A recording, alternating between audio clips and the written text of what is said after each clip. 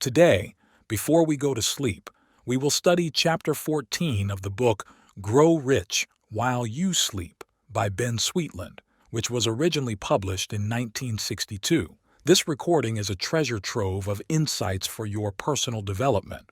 These insights can be effortlessly absorbed by your mind and later reactivated during your slumber.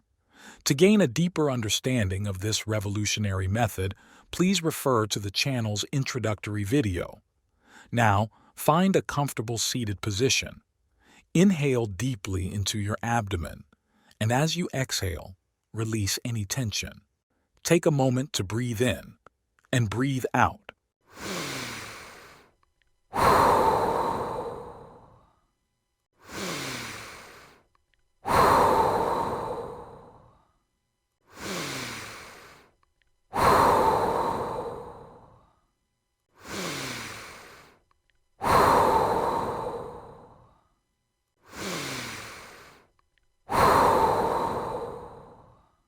Now pay close attention and listen carefully with total concentration. Grow rich while you sleep. Chapter 14. Thoughts are pictures. Pictures are patterns. If you should hear the word house, what do you see in your mind's eye? Do you see the letters A-O-U-S-E? No, you see a picture of a house. It may be your own house, a house you admire, or the dream house you expect to own someday. The mind does not think in words, but in pictures. When you are reading, you are continually translating the words your eyes see into pictures. In other words, you see what you read. Not all words can be changed into pictures. The word love, for instance. But when we think of a word which does not lend itself to pictures, we do the next best thing. We associate it with a picture word. When you hear the word love, you're likely to see in your mind's eye the picture of one you do love, your wife or husband or sweetheart. When one has difficulty in remembering what he has read, it is usually because of a bad reading habit. His eyes have been following the words, but he has not been changing the words into pictures. In my books, I often urge the reader to think while he reads. In reality, this means see while you read. You can go to a movie and watch a play which may run for 2 hours or more. Later, you can describe the whole film in most exact detail. This is because you have been watching the story in pictures. Such magazines as Life and Look have thousands of pictures submitted to them which they never use. The picture editor on such magazines studies these pictures from the standpoint of reader interest. If he does not think that a picture will appeal to a large segment of the readers, it will not be used. The picture editor, therefore, is one of the most valuable employees on the staff. The growth of the magazine's circulation depends upon him. Since thoughts are pictures, mental pictures will be either negative or positive, depending upon the trend of thought. Establish this thought in your mind right now. Negative thoughts cause negative reactions. Positive thoughts cause positive reactions. Now then, since thoughts are pictures, does it not behove you to appoint yourself as a picture editor to evaluate the mental pictures entering your mind? You agree, I am certain. Pictures are patterns. In earlier chapters, you learned that the creative mind accepts thoughts of the conscious mind as instructions and reproduces in our beings or affairs whatever you hold in thought.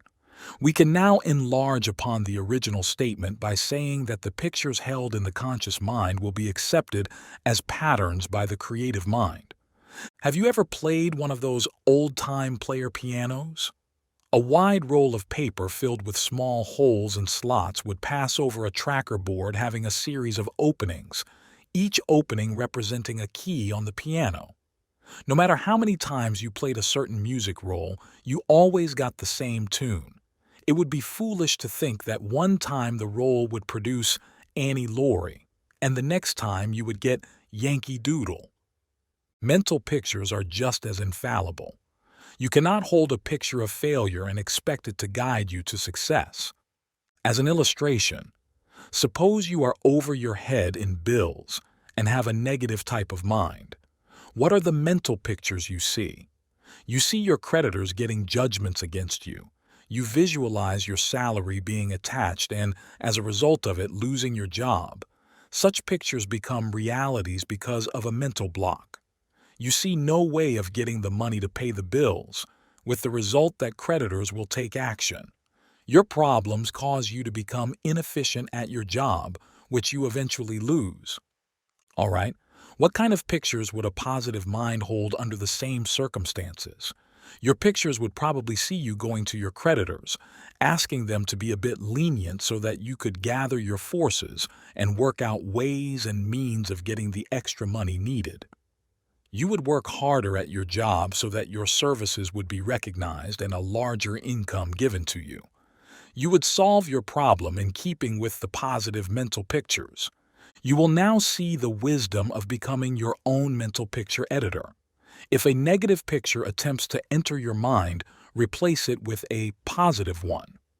Mental television. A phenomenon is a fact. Our description of it is a theory. This truism may well apply to what I am about to say. If I hit my fist against the top of my desk, a sound will register in your ear. That is a phenomenon. Should I attempt to explain what happened from the moment my fist made contact with the desk until the sound reached your ear, that would be theory, which might or might not be correct. In talking about mental television, I will explain certain established phenomena, but my explanation will be theory. How can one bring about success through positive mental pictures when others are involved? I am often asked, and it is a good question. It is true that one's success is always dependent upon others. If he could fully control his success, failure would be out of the question because one would do only those things which would prompt success.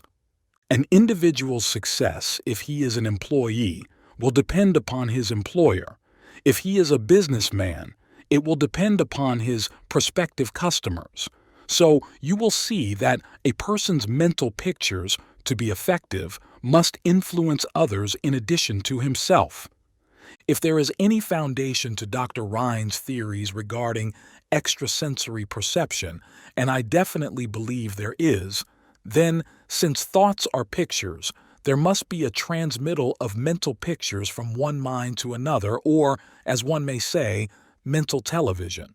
In a television studio, the cameras in front of the subject would be of no value unless there was a power to project the image on the various screens throughout the country. In order to project a mental picture, power must also be applied, and that power is enthusiasm. When you have a success picture, and that picture is backed up by enthusiasm, it will most likely be received and acted upon by the one involved in your success. Let me tell you a true story of a man who had been held back by wrong mental pictures and then zoomed to success through right ones. This man, Joe Thomas I'll call him, operated a small machine shop. His equipment consisted of a lathe, drill press, and some hand tools.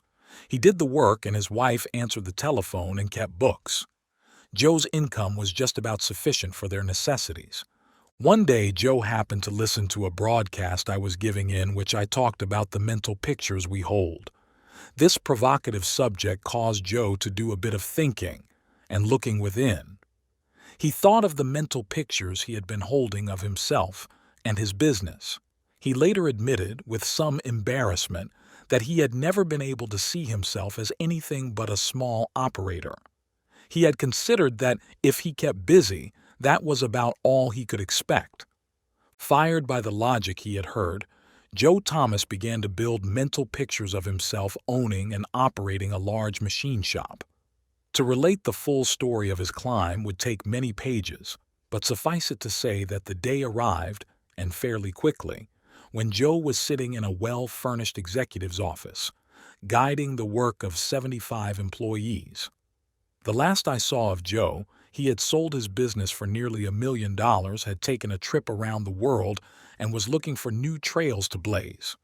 Nothing had changed with this man except his mental pictures. Business conditions were no better than when he operated his one-man shop. But the moment Joe started to see himself as a big operator, his creative mind began guiding him in thought and action so that he became a big operator. What things soever ye desire. There is a passage in the Good Book which fits in very well with the subject matter of this chapter. It will be found in Mark 11:24. Therefore I say unto you, what things soever ye desire, when ye pray, believe that ye receive them, and ye shall have them. This statement, to many, is hard to believe. How can I believe I have something which I know I do not possess? They will often ask. What this statement really means is that you should hold mental pictures of yourself enjoying the use of that which you may desire. Studying the statement further, you will find that it does not mean that by visualizing whatever it is you desire, it will come to you instantaneously, as if by magic. The biblical quotation says, "Believe that ye receive them, and ye shall have them." The word "shall" signifies that the result of your desire will come at a later date. Now you have the picture according to the promise in the Scriptures. Briefly, form mental pictures of yourself using and enjoying that which you desire. Believe the picture to be true, and you will be guided in thought and action to think the thoughts and do the things which will make a reality of your picture. As you think back over what you have read so far, you will remember that what I just told you is no different from what I've been telling you throughout the book. I have merely used biblical authority to back me up in the soundness of the principles being laid down to you. Here is a truth I wish to emphasize. The principles relating to mental pictures apply equally to negative thoughts as to constructive, positive thoughts. Let us assume that you are afraid of losing your job. What kind of pictures do you hold? Do you see yourself growing richer? Certainly not. You picture yourself as being in financial difficulties. You fear losing your home and furnishings. You wonder how you can have food on your table. Such mental pictures will actually make you more inefficient in your work. You'll make mistakes. Your work will not be of the best quality due to your mental stress. The outcome: your employer will most likely find reason to dispense with your services. Exercises. Many times you may attempt to hold positive pictures, even think you are doing so, yet the effect of them is destroyed through a doubt creeping in. The first exercise I suggest is that you think of some objective you have yearned for, yet which you have never realized because of your doubt. For sake of illustration, let us assume that you have long wished for a trip to Hawaii. You may not have taken it because of lack of money, lack of time, or both. Visit a travel agency and ask for folders describing and illustrating tours to and through Hawaii. Select the one which would please you most. After you have decided which tour you like best, begin seeing yourself taking that trip. Do not wish for it, but see it as a reality. As you look at pictures of the ship, visualize yourself enjoying the deck sports or merely relaxing in one of the comfortable deck chairs.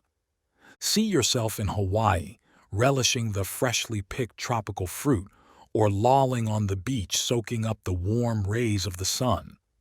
Do not overlook the Hawaiian luau, a famous Hawaiian feast. Make the mental picture so vivid that, for the time being, you are actually a citizen of our 50th state. While carrying on with this exercise, be careful not to allow any negative elements to enter your picture. If, only for a moment, a thought such as, "Boy, I wish this were true," begins to creep in, chase it out. It will offset the good already built up through your exercise.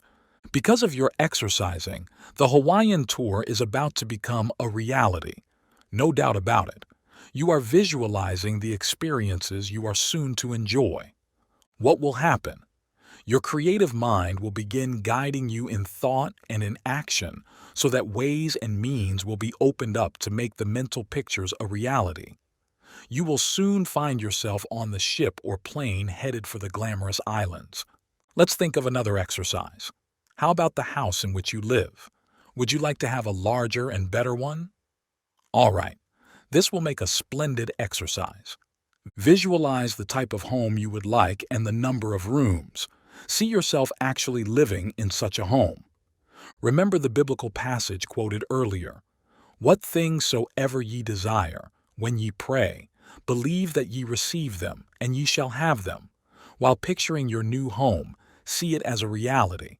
See it complete in all details. If you have wanted a den, add one to your mental house. Perhaps you are a hobbyist and would like to have a shop all your own. You can have it, so add it. A swimming pool? Yes, if that's your desire. Since it is true that your creative mind works best while your conscious mind is either pleasantly occupied or in abeyance, the best time to exercise is when you are partaking of refreshing recreation, or better still, while asleep. Make it a point to practice your exercises every evening just before going to sleep. After making yourself comfortable in bed, relax. Then turn on your mental pictures. Again, let me warn you, do not see the pictures as wishes, see them as realities. If some problem has come up during the day, instead of keeping yourself awake by worrying about it, hold mental pictures of the solution to the problem. This will eliminate your wakefulness and help you to drop off quickly to peaceful sleep. And while your conscious mind is thus in abeyance, your creative mind will work on your problem, ready to bring a solution into consciousness when you awaken in the morning. I will give you one final exercise before concluding this chapter. This exercise will pertain to health and physical well-being. My earnest advice to you is to start out by having your doctor give you a thorough checkup. If he finds anything basically wrong with you, have it attended to. Many people have an illness consciousness. They continually fear that some new ailment is developing. Knowing, as we do, that there is intelligence in every cell of the body, mental pictures of ailments of various sorts will actually transmit the message to your cells, with the result that you will always be feeling on the aches and pains side. And holding mental pictures of illness will, during the process of cell renewal, bring weaker cells into being. Develop mental pictures of radiant health. See yourself continually getting better and better in every respect. Instead of looking for ailments, notice how much better you are getting. Awaken in the morning with a glad to be alive feeling. Think how good it will be to arise and start another challenging day of exciting activity.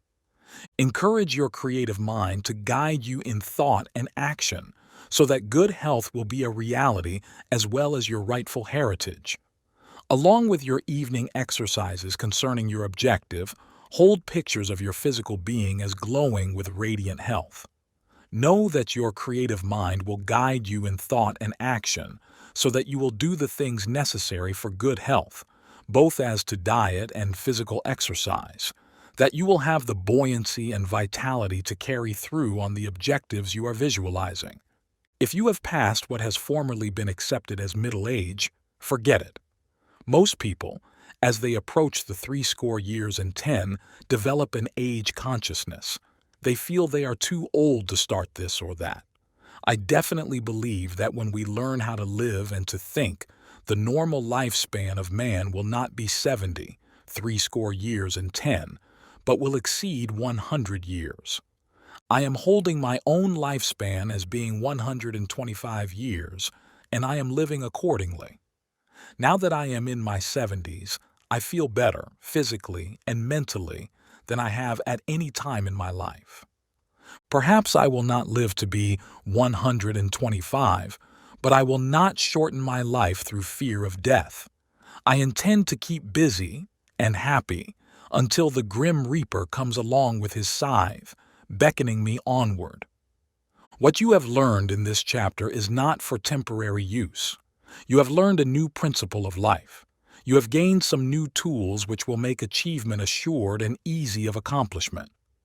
As I often say, knowledge is of no value unless you make use of it. Make use of this new knowledge now. Start developing the ability to create mental pictures of what you want without fear that you'll fail to achieve them. Mastering this will be like falling heir to a tremendous storehouse of everything you've ever desired, with the knowledge that all of it is yours, merely for the taking. End of chapter 14. Take a moment to breathe in and breathe out.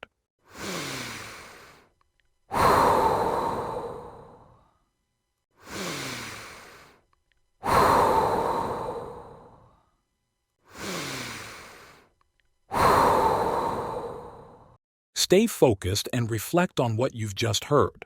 In the comments section, share the main message or key takeaway you've gleaned from this recording. This simple task will aid in your reflection and internalization of the information. Remember, repetition is the key. By playing this recording every night before sleep, you're instructing your sleeping mind on what to consolidate. Once you've completed this, head to bed immediately and let your subconscious mind work its magic. Don't forget to subscribe to the channel and hit the notification bell to stay updated with our latest content. Good night.